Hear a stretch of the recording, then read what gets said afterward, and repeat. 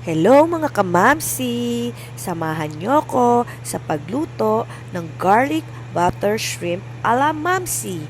Ito nga at prepare ko na ang kakailanganing mga ingredients. Mag-start na tayo! First, ilagay muna ang butter. 2 bar yung nilagay ko. And then, lagay tayo ng maraming garlic. Tapos, ang sibuyas, oyster sauce, tansyahan lang to lahat ha, mga kamamsi. Tomato paste. Lutuin natin maigi ang tomato paste bago tayo maglagay ng paprika. Pagkatapos, isunod naman natin ang ground black pepper. At kung gusto niyo naman may konting sipa, maglagay din kayo ng chili powder. Ayan. At kaunting asin.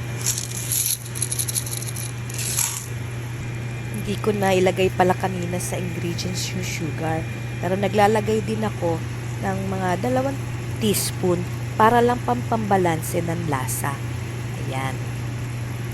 Tapos lutuin lang natin to mga 2 to 3 minutes bago natin ilagay yung mga shrimp. And halu-haluin lang natin mga kamamsi. Mabilis lang tong maluto mga kamamsi kasi para hindi ma-overcook yung ating shrimp. Naglalagay din ako ng konting tubig. And then, haluin lang na lahat ng shrimp ay meron ng sauce. And 3 to 4 minutes, ready na to mga kamamsi. Kain tayo. Pero syempre, si Angel muna. Taste test na, taste test na. Lang, inipil ko pa eh. Taste test na, taste test na. Sauce, sauce, sauce. Tikman ng birdie. Ay, ba ito? Ano yung piyo?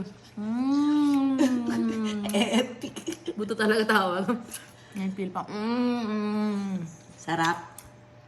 I love Dumi pa shrimp. nung kamay mo. May sulo dito. I love shrimp. Nakakanan. Sarap. Wow. Perfect. Yummy. 10 out of 10. Harap kumain. Dumi dito. I mean,